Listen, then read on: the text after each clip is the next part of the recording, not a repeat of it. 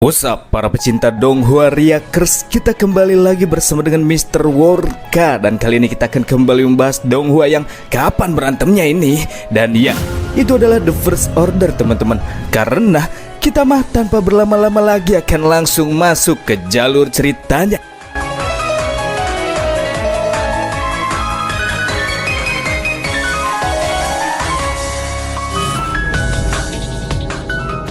Su Xianchu yang harus bertahan dari serangan Wang Lei, si pria penutup mata, dan Lin Hao, si pembawa makanan, pada akhirnya mau tak mau harus membongkar terkait dengan kekuatan supernya, di mana pria tersebut mampu menciptakan sebuah klon bayangan yang memiliki kekuatan 2 kali lipat daripada kekuatan Su Xianchu yang sebenarnya. Dan setelah menjatuhkan Wang Lei, Lin Hao yang tembakannya kini sudah tak lagi bisa berguna untuk menghadapi Xianchu mulai merasa ngeri. Namun sayang sekali di sini Xianchu tidak menghabisi kedua orang yang berniat untuk membunuhnya. Karena yang pria ini inginkan hanyalah membawa semua orang keluar dari tempat berbahaya ini dalam keadaan selamat. Dan dia juga tidak mau menyakiti siapapun.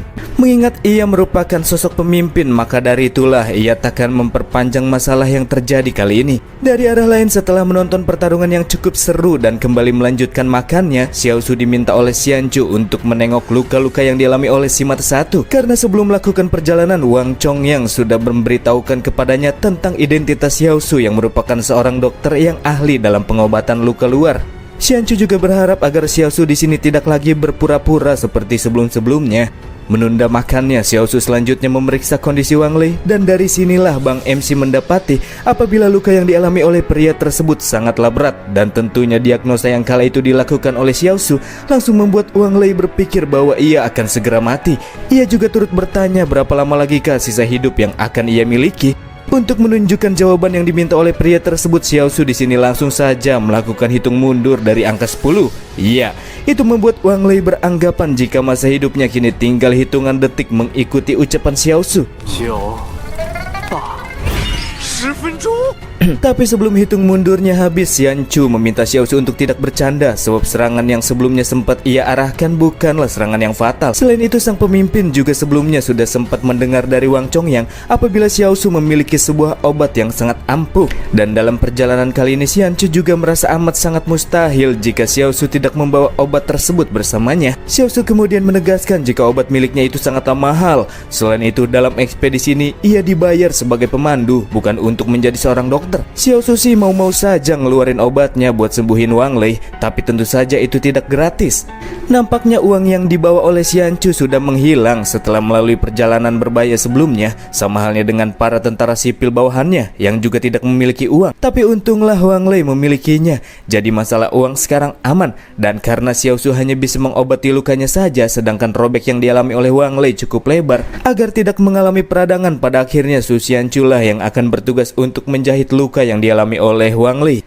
Setelah Xiaosu menerima bayarannya, Wang Lei pun mengucapkan terima kasih, seketika menambah poin perolehan ucapan terima kasih dari side mission milik Xiaosu. Setelah selesai menjahit luka si mata satu, Su Xianchu kemudian membongkar tujuan yang diberikan oleh atasannya dalam ekspedisi yang ia jalani kali ini. Berbeda dengan si nona penyanyi yang bertujuan untuk pergi ke Benteng 112 untuk menggelar konser. Su Xianchu dan para tentara sipil lainnya di sini mendapatkan tugas untuk melakukan pemetaan dan merutakan perjalanan ke arah Gunung Jingsan, sebab dikatakan bahwa di dalam pegunungan tersebut terdapat sebuah reruntuhan peradaban yang berasal dari zaman sebelum dimulainya era bencana. Tugas ini dilakukan agar tim utama yang juga melakukan ekspedisi menuju reruntuhan selain mereka bisa lebih mudah mendapatkan akses selama perjalanannya. Namun setelah Xianchu menemui berbagai mara bahaya di tempat ini, ia menyadari jika pegunungan Jingsan menyembunyikan kekuatan misterius yang membuat para beast berevolusi. Kekuatan misterius tersebut juga mungkin bisa membantu superhuman sepertinya. Makanya ia memutuskan untuk terus melanjutkannya. Sesungguhnya Xianchu tidak ingin melanjutkan perjalanan ini karena dianggap terlalu berbahaya. Tapi karena sekarang identitasnya sebagai manusia super sudah diketahui, maka mustahil baginya untuk kembali ke Benteng 113. Jadi ia tidak memiliki pilihan lain lagi selain pergi lebih jauh ke pegunungan untuk melakukan eksplorasi terkait dengan reruntuhan peradaban masa lalu. Dan sekarang di sini Xianchu akan memberikan semua orang yang ada di sana dua pilihan, yaitu melanjutkan perjalanan ataukah pergi pulang menuju Benteng 113. Ini akan menjadi sebuah pilihan di mana Xianchu tidak akan menahan mereka seperti sebelumnya. Dari semua orang yang ada di sana, yang pertama kali menentukan pilihan ialah Nona Xiaojin, di mana dirinya akan pergi bersama dengan Xianchu dan melanjutkan perjalanannya untuk mengeksplorasi Gunung Jingsan lebih dalam. Pilihan ini ia buat juga dikarenakan Xiaojin merasa akan lebih aman bila pergi bersama dengan orang yang memiliki kekuatan super seperti Su Xianchu. Setelah mendengar keputusan yang Xiaojin yang dirasa cukup rasional, pada akhirnya sebagian besar dari mereka pun memilih untuk tetap melanjutkan perjalanan. Dari arah lain, si Nona penyanyi yang terlihat mulai dekat-dekat dengan Bang MC mengatakan jika wanita ini akan memilih pilihan yang sama dengan Bang MC. Jika Xiaosu ikut, maka dia juga akan ikut. Dan karena Xiaosu ikut, pada akhirnya Xin Yu pun ikut. Dan karena semua orang memilih untuk mengikuti Su Xianchu, mereka semua akan berangkat di saat fajar tiba. Dan dalam perjalanan ini, Xianchu juga memiliki sebuah aturan di mana setiap orang harus mematuhi perintahnya. Dan bagi mereka yang tidak sopan seperti apa yang dilakukan oleh Wang Lei sebelumnya, maka Xianchu akan memberikan ampunan kepada mereka yang berani berbuat macam-macam. Keesokan harinya, sebelum mereka semua berangkat, Su Xianchu di sini bertanya kepada semua orang siapakah di antara mereka yang ingin membawa Wang Lei yang tidak bisa berjalan bersama dirinya. Dan di antara semua orang di sana sudah pasti takkan ada yang sudi membawa beban. Dan hanya Ren Xiaosu sajalah yang mau melakukan hal tersebut. Hal ini bukan tanpa alasan ia lakukan, karena di sini Bang MC sempat mendengar apabila si pria yang mengalami luka tersebut sempat mengucapkan terima kasih kepada Su Xianchu setelah dibantu olehnya. Walaupun Xianchu sempat menolak keinginan Xiaosu karena dia merupakan seorang pemandu jalan yang memiliki tugasnya sendiri, tapi karena Xiaosu berteriak dan mengatakan bahwa ia akan tetap menggendongnya dan berjanji akan membunuh siapapun yang mencoba untuk mengambil tugas ini darinya, maka Xianchu tidak memiliki pilihan lain selain memberikan tugas ini kepada Xiaosu yang mulai bersikap gendeng.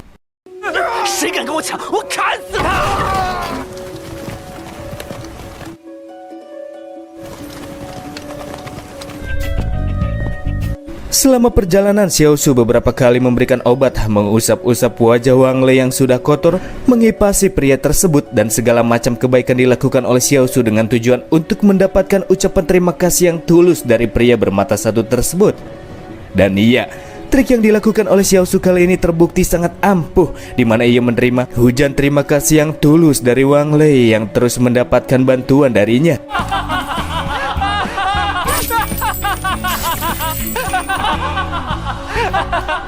Xiaosu yang merasa sangat senang karena mendapatkan banyak ucapan terima kasih pun sempat membuat Xianchu dan Wang Lei merasa cukup gelisah karena Bang MC tidak ragu-ragu menunjukkan reaksinya yang aneh kepada mereka.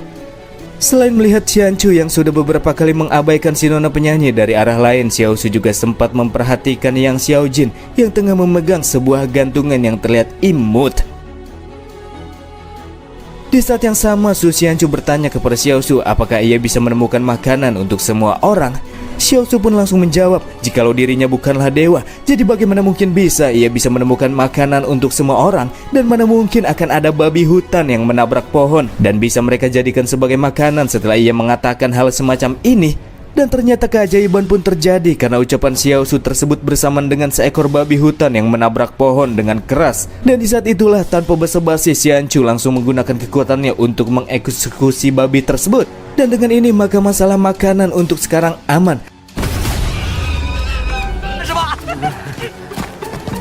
Dari kejadian ini, Xiaosu menyadari apabila ini semua terjadi berkat kekuatan sang adik yang tetap menggunakan kekuatannya, padahal Xiaosu sudah sempat melarangnya untuk menggunakan kekuatan yang akan membebani Liu Yuan sendiri.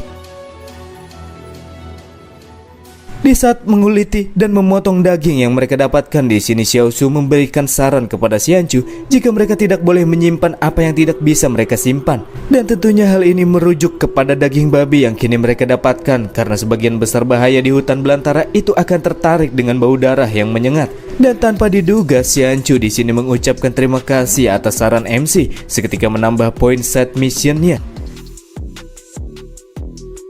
Ketika si Nona penyanyi datang dari arah lain, nampak terlihat Su Xianchu langsung pergi menjauh darinya. Nampaknya pria tersebut tidak ingin dekat-dekat dengan woman ini, teman-teman.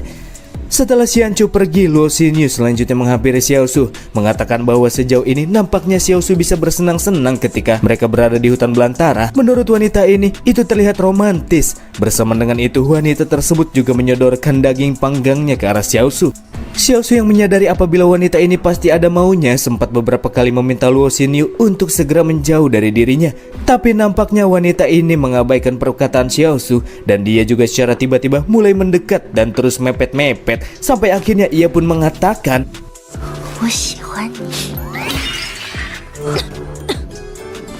tapi sepertinya itu cuma bercanda teman-teman, karena sebenarnya di sini si nona penyanyi ingin meminta bantuan kepada Xiaosu untuk membantunya keluar dan kembali menuju benteng 113, dan jika bisa melakukannya maka si nona akan memberikan 3 tempat di dalam benteng yang bisa Xiaosu tempati. Akan tetapi Xiaosu yang merasa tidak memerlukan hal tersebut langsung pergi meninggalkan si nona begitu saja. Dan setelah mendapatkan penolakan dari Xiaosu, Xin Yu kemudian berjalan pergi ke arah hutan tanpa wanita tersebut sadari jika pergerakannya kini telah diawasi oleh Lin Hao, si pria yang sebelumnya memberikan tatapan pedas kepadanya. Semakin banyak makan, semakin haus, dan itulah yang kini dirasakan oleh para tim ekspedisi. Maka dari itulah Su Xianchu di sini bertanya bagaimanakah cara untuk menemukan air di tempat tersebut. Menurut Xiaosu, mereka hanya bisa menemukan sungai atau mengumpulkan embun dari dedaunan jika ingin mendapatkan air dalam kondisi seperti ini. Namun Xiaosu tidak menyarankan kepada mereka untuk pergi ke sungai. Jadi semua orang hanya bisa menahan dahaganya sampai ada embun pada dedaunan di keesokan paginya. Xianchu kembali mengucapkan terima kasih seketika menambah poin side mission Xiaosu. Bersama dengan itu terdengar pula sebuah teriakan dari arah hutan, dan suara tersebut berasal dari si nona penyanyi yang sedang dihadapkan dengan Lin Hao yang sedang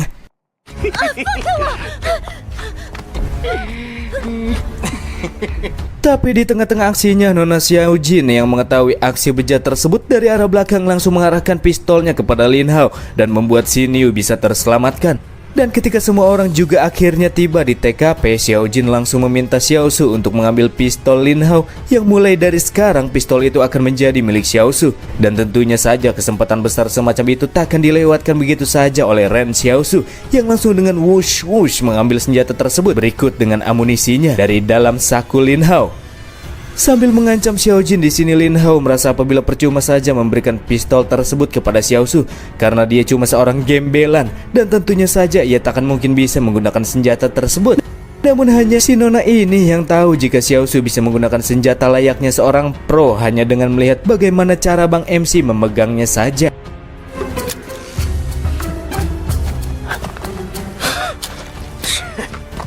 Dan ketika semua orang bubar, Luo Xinyu di sini berterima kasih kepada Yang Xiaojin yang sudah membantunya. Di sini Xiaojin merasa jika apa yang ia lakukan kali ini memang sudah sewajarnya, sebab Luo Xinyu sendiri sudah membayar Xiaojin dengan uang senilai 5.000 yuan dengan tugas agar Luo Xinyu bisa selamat sampai benteng 112. Namun sebagai ganti atas kejadian kali ini, Yang Xiaojin meminta bayarannya dikeluarkan sekarang juga. Dan sebagai ucapan terima kasih karena sudah menyelamatkannya, Xin Yu di sini memberikan tambahan 5.000 yuan lagi kepada Xiaojin. Dan tentunya itu ia berikan dengan harapan agar Xiaojin bisa membantunya sampai ke tempat tujuan dengan selamat. Akan tetapi setelah melihat betapa bahayanya perjalanan mereka, di sini Xiaojin tidak menjamin apabila Luo Xinyu bisa sampai ke tujuannya dengan selamat. Namun setidaknya Xiaojin bisa memastikan jika Xinyu bisa mati dengan cara yang layak kalau ia tewas di tengah perjalanan. Dan kemudian setelah semua orang sudah kenyang, perjalanan pun akhirnya kembali dilanjutkan. Dan setelah Xiaosu ingin kembali membantu Wang Lei dalam perjalanan mereka, anehnya ucapan terima kasih yang diberikan oleh pria tersebut tidak menambah poin side mission Xiaosu.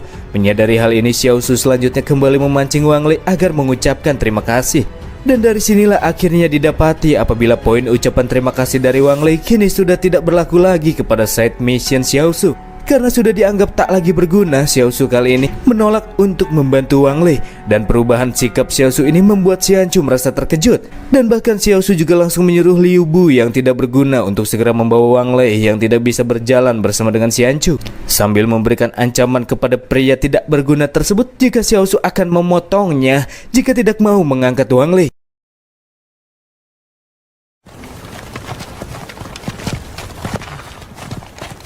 Di tengah-tengah perjalanan mereka, Xiaosu menemui beberapa pohon yang sangat berguna untuk menghilangkan sedikit dahaga semua orang.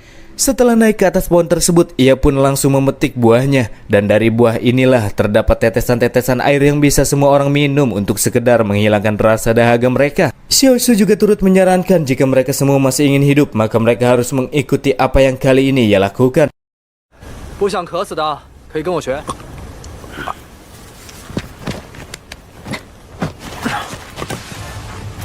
Ketika Xiao Jun naik ke atas pohon, Xiao Su kemudian mengaktifkan kertas skill terakhirnya untuk menduplikasi salah satu skill tingkat tinggi yang dimiliki oleh Xiao Jin. Dan dari beberapa skill yang dipilih secara random oleh sistem, akhirnya Xiao Su mendapatkan skill tingkat tinggi yang cukup berguna, dan itu adalah skill merakit bom. Xiao Su yang mulai dibuat penasaran dengan Xiao Jin pun bertanya kepada sistem apakah target juga memiliki skill assassin, dan sistem pun menjabarkan jika Xiao Jin memiliki skill assassin tingkat tinggi. Selain itu, wanita ini juga memiliki skill menyanyikan lagu anak-anak tingkat tinggi. Tanpa diduga-duga, tumpukan skill yang dimiliki oleh Xiao Jin sangat aneh. 唱儿歌技能高。 Setelah sebagian besar dari semua orang sudah berhasil menghilangkan dahaga mereka, Xiao Su di sini menagih ucapan terima kasih kepada semua orang. Karena dalam hal ini Xiao Su juga sudah mengajarkan tentang cara bagaimana bertahan hidup di alam liar, dan cara yang diterapkan oleh Bang MC kali ini lumayan. Dan sampai di titik ini, ia sudah berhasil mengumpulkan total ucapan rasa terima kasih yang tulus sebanyak 88 ucapan, dan hanya tinggal menunggu waktu lagi untuk bisa menuntaskan misi yang satu ini. Tapi berbeda dengan para pria, di sini Luo Xinyu, si nona penyanyi, tidak bisa mendapatkan buah untuk melepaskan dahaganya karena ia tidak bisa memanjat naik ke atas pohon. Maka dari itulah di sini ia meminta bantuan kepada Xiao Su untuk memberikan beberapa buah, di mana wanita ini akan membayarnya dengan 10.000 yuan. Dan tanpa basa-basi, Xiao Su pun langsung mengambil uangnya dari Xinyu, memberikan buahnya sambil menetapkan bahwa mulai dari sekarang si nona penyanyi akan dianggap sebagai saudara perempuannya Bang MC sendiri. Bersama dengan itu, Xiao Su juga mendapatkan lagi ucapan terima kasih dari Luo Xinyu. 我吃巧克力。 好了吗？那你晚上吃什么？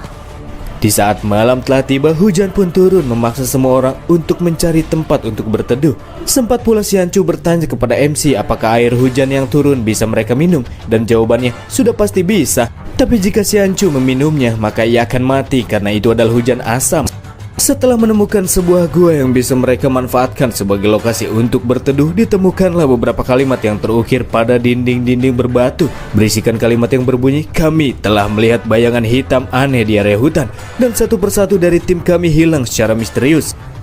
Yang tentunya ukiran kalimat tersebut menyebabkan situasi menjadi semakin menegangkan. Sebagai pengalihan untuk menghilangkan ketegangan, Liu Bu menganggap jika kalimat tersebut mungkin cuma sekedar lelucon yang sengaja dibuat-buat, karena selama perjalanan mereka setelah melalui ngarai belum terlihat satupun binatang buas ataupun kerangka manusia. Namun kalimat ini mengingatkan Xiao Su tentang mayat Susia yang sebelumnya hilang secara tiba-tiba dari mobil. Dan setelah melakukan investigasi, Su Xianchu meyakini apabila kalimat pada dinding batu tersebut ditulis dengan menggunakan sebuah belati. Tapi anehnya, Benteng 113 sendiri belum pernah mengirimkan orang untuk mengeksplorasi tempat ini. Jadi kemungkinan besar ukiran tersebut ditulis oleh tentara bayaran yang berasal dari Benteng 112. Anggapan yang diberikan oleh Su Xianchu pun akhirnya menciptakan beberapa asumsi. Beberapa dari mereka beranggapan mungkin mereka sengaja dikirim ke sini untuk menyelamatkan orang-orang dari Benteng 112 yang hilang ini. Namun Lin Hao menyangkalnya, sebab menurutnya misi seperti itu tidak dijelaskan dalam perjalanan mereka. Apalagi ini adalah misi bunuh diri yang tak mungkin bisa diselesaikan. Entah apapun maksud dari semua ini, bagi Su Xianchu yang mesti mereka lakukan selanjutnya ialah berjaga secara bergiliran demi memastikan semuanya aman malam itu. Dan Su Xianchu sendiri akan berjaga di giliran pertama, dan semuanya akan mendapatkan bagian kecuali yang perempuan. Nona Xiao Jin di sini meminta Ren Xiao Su untuk berjaga pada giliran pertama, sedangkan Xiao Jin sendiri akan berjaga di giliran kedua, dan keduanya pun sepakat. Namun sebelum itu, Xiao Jin akan pergi sebentar keluar. Xiao Su niat hati mau ikut, tapi Xiao Jin tidak mengizinkannya karena wanita tersebut mau buang air kecil. Apa ia harus ikut juga? Sekembalinya Xin Yu dan juga Xiao Jin yang baru saja menyelesaikan urusannya, kali ini dua orang dari mereka pun keluar untuk melakukan urusan. Xian Chu juga menyarankan kepada keduanya untuk segera kembali dan jangan menunda-nunda waktu untuk sebat. Berkumpul di tengah-tengah perapian, Xiao Su yang sebagai satu-satunya orang yang berasal dari luar benteng di sini bertanya, sebenarnya apakah yang telah dilakukan oleh mereka semua selama tinggal di dalam benteng penampungan petir? Sebab Xiao Su yang tinggal di sebuah pemukiman miskin selalu melihat para warga yang setiap harinya harus merasakan kelaparan karena tidak bisa mendapatkan cukup makanan. Dan semua warga miskin tersebut juga sering mengatakan bahwa orang-orang yang tinggal di dalam benteng merupakan orang-orang kaya dan pintar, hidup berkecukupan serta keren-keren. Untuk sekarang memang Xiao Su belum melihat semua orang yang tinggal di dalam benteng, dan sekarang ia hanya bisa melihat pribadi para tentara sipil saja, jadi ia masih belum bisa memberikan penilaian. Dan dijelaskanlah oleh Xin Yu bahwasannya para tentara bayaran atau bisa disebut tentara pribadi merupakan kumpulan para prajurit yang dimiliki oleh pihak manajer di dalam benteng. Namun terdapat keluarga besar yang bernama Kingxi Group yang tidak ingin pihak manajer benteng tumbuh menjadi sosok yang kuat dan berpengaruh. Maka dari itulah sering terjadi konflik yang terjadi di antara tentara bayaran dan juga tentara sipil bila berada di dalam suatu lokasi yang sama seperti di dalam ekspedisi kali ini. Terus mepet-mepet Bang MC, Lu Xinyu kembali bertanya apakah Xiao Su bisa membawanya keluar dengan hidup-hidup. Karena wanita ini sudah tak lagi mempunyai apa-apa. Jadi Xinyu mulai menunjukkan wajah mengsedih dengan harapan agar Xiao Su mau melakukannya dan membantunya selama perjalanan kali ini. Namun sayangnya Xiao Su malah mengabaikannya karena wanita tersebut sudah tidak lagi memiliki cuan. Apalagi Luo Xinyu juga cuma mau memanfaatkannya saja. Sayang sekali Nona. Di lain hal yang membuat Xiao Su bertanya-tanya kenapa dua orang yang sebelumnya keluar untuk sebat masih belum juga kembali sampai sekarang. Apakah mereka? Dan itu adalah episode The First Order kali ini teman-teman. Mana baku hantamnya? Mana baku hantamnya?